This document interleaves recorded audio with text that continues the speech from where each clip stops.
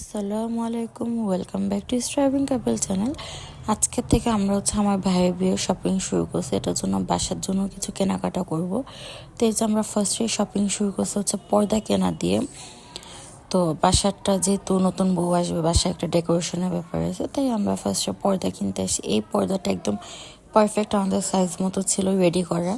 তো আমরা পরে এটা অ্যাজ ইট ইজ এভাবে নিয়ে যাই। এই যে দেখেন আমরা আমাদের বাসায় এটা লাগিয়েছি, পুরো পারফেক্ট সাইজ মতো হয়েছে। তো তারপর এই যে আমাদের আজকে থেকে কাপড় কেনা শপিং শুরু।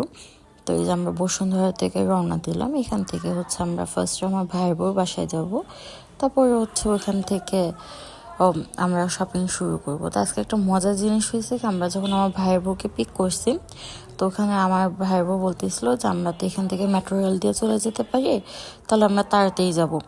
তো আমরাও ফার্স্ট এর আগে কখনো বাংলাদেশে মেট্রো রেলে উঠিনি, তো আমরাও সবাই ওভার এক্সাইটেড হয়ে গেছি। পরে এই যে আমরা মেট্রো রেলে চলে আসছি। এখানে আগারগাঁও থেকে আমরা মেট্রো রেলে আসছি। এখান থেকে আমরা মিরপুরে যাব। মিরপুরে আমাদের গাড়ি ওখানে চলে যাবে। ওখান থেকে আমরা বেনারসি পল্লী চলে যাব। মানে এখানে আসলে তেমন কোনো বেনিফিটই হয়নি, বাট এখানে ওভার এক্সাইটমেন্ট ছিল যে নিজের দেশে আমরা কখনো উঠিনি এর আগে মেট্রো রেলে। বাংলাদেশেরটাতে দেশের বাইরে তো উঠছি, তো বাংলাদেশেরটা তো ওঠা হয়নি। তো এই ওভার এক্সাইটমেন্টের জন্য আসলে আজকে ওঠা। তো ওভারঅল মেট্রো রেলে খুব ভালো লাগছে এবং একটা প্রাউড ফিল হয়েছে যে আমাদের দেশেও একটা মেট্রো রেল হয়েছে। এবং আমি যা দেখলাম অনেক মানুষের জন্য অনেক হেল্পফুল ছিল। হয়তো আমরা এক্সাইটমেন্টের জন্য করছি, বাট অনেকের জন্য এটা অনেক হেল্পফুল ছিল। মানুষের যাওয়া আসাতে অনেক সুবিধা হয়েছে এটাতে। যেমন আমাদেরও একদিন একটা সুবিধা হয়েছিল, আমরা একদিন শপিং করতে করতে আমাদের টাইম ছিল না, প্লাস রাস্তায় অনেক জ্যাম ছিল। তো মিরপুর থেকে আমরা শপিং করে আমাদের প্ল্যান ছিল আমরা বসুন্ধরা সিটি যাব। তো জ্যামের কারণে পরে আমরা ডিসাইড করি যে আমরা মেট্রো রেল দিয়ে চলে যাই, তাহলে তাড়াতাড়ি হবে। তো আমরা মেট্রো রেল দিয়ে তাড়াতাড়ি চলে আমরা আমাদের মোটামুটি শপিংও করে ফেলছি। মার্কেটও বন্ধ হয়ে যাওয়ার সময় হয়ে গেছিলো। পরে আমাদের গাড়ি আসছে।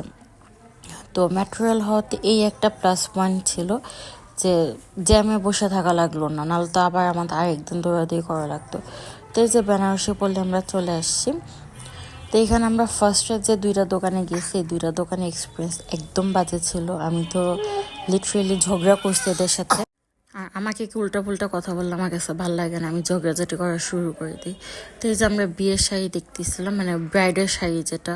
তারপর এখানে অনেক কালেকশন ছিল। এটা বেনারসি কুঠি, maybe 3, I am not sure. এটা নিবি ফ্যাশনের নিচে যেটা, ওইটাতে। তো এখানকার কালেকশন মোটামুটি ভালো ছিল। যে আমার আর আমার আম্মুর জন্য শাড়ি দেখতেছিলাম। দেখেন তারা আমাদেরকে কনভিন্স করার জন্য, তারা তাদের বেস্ট কালেকশনগুলো দেখানোর জন্য কত পরিমাণে শাড়ি বের করছে। যদিও আমার এতটা পছন্দ না যে এত কষ্ট করে তারা এতগুলা ভাঁজ করুক, কারণ তাদেরও তো কষ্ট হয়। যদিও তাদের কাজ আমাদেরকে সার্ভিস দেওয়া, বাট তাদেরও তো এতগুলা ভাঁজ করতে খুলতে কষ্ট হয়। আমার যেটা দরকার আমি সেটা দেখতেই পছন্দ করি, বাট তারা মানে সেকেন্ডের মধ্যে বের করতেছিল আর খুলতেছিল।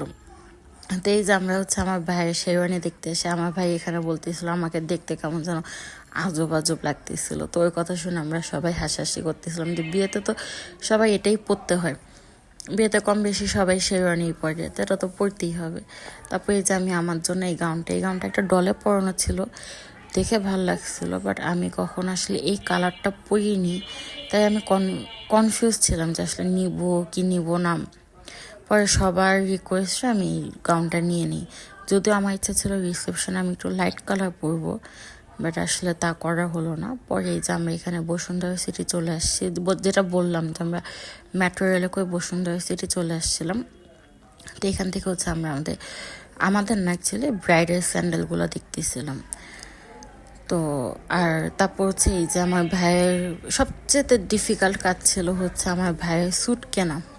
আমার ভাই প্লাস আমার হাজব্যান্ডের, মানে এটার জন্য যে আমরা কত জায়গায় গেছি, বনানী গুলশান সব জায়গায় খুঁজে ফেলছি। পরে আমি ফেসবুক পেজে একটা ভাইয়ারই দেখছিলাম যে আপনার খান টেইলার্স। তো আমাদের কাছে ওটা দেখে ভালো লাগছিলো ডিজাইনগুলো। পরে আমরা ওখানে যে অর্ডার দিয়ে আসলে ওখানে কোনো ভিডিও করা হয়নি। যখন আমি ডেলিভারি নিব তখন আমি ট্রাই করবো ওখানকার ভিডিও বানানোর। তারপরে যে গিফটের জন্য আমরা কিছু শাড়ি কিনতে আসছিলাম। পলিশ আর অল্টার করে আসার পর মাশাআল্লাহ আমার গাউনটা খুবই সুন্দর লাগতেছিল। আর এই যে এটা হচ্ছে আমার আম্মুর গাউন, এটা অনেক সুন্দর হয়েছে। আমরা শেরওয়ানিগুলো নিয়েছিলাম মহাবীর থেকে। এখানকার ম্যানেজারটা হচ্ছে আমার ছেলের স্কুলের টিচারের হাজব্যান্ড। তো সে বলতেছিল যে আসো আমি তোমার ছবি তুলে তোমার টিচারকে দেখাবো। তো তারপর হচ্ছে আমরা গিয়ে সেন্টারে আমাদের খাবার টেস্টিং করার ডে ছিল। তো ওভারঅল আমাদের খাবার টেস্টিং এক্সপিরিয়েন্স খুব ভালো ছিল। তো এই যে হচ্ছে নর্মালি আমাদের ঢাকায় তো অন্য কোথাও খাবার ভালো লাগে না, বাট এখানকার খাবার ভালো ছিল।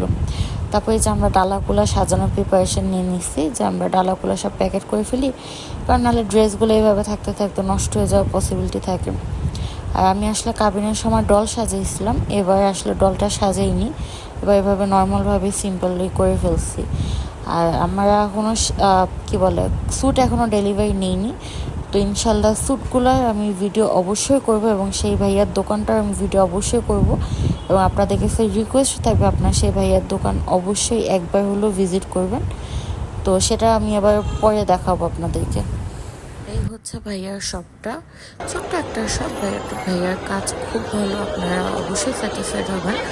আমি এখানে শুধু আমাদের স্যুটগুলার ছবি অ্যাটাচ করে দিলাম, বাকি হচ্ছে স্যুটগুলার ফুল ডিটেলস ভিডিও আমি অবশ্যই পেজে রিলস আকারে আপলোড করব। বাই বাই, আসসালামু আলাইকুম, আল্লাহ হাফেজ।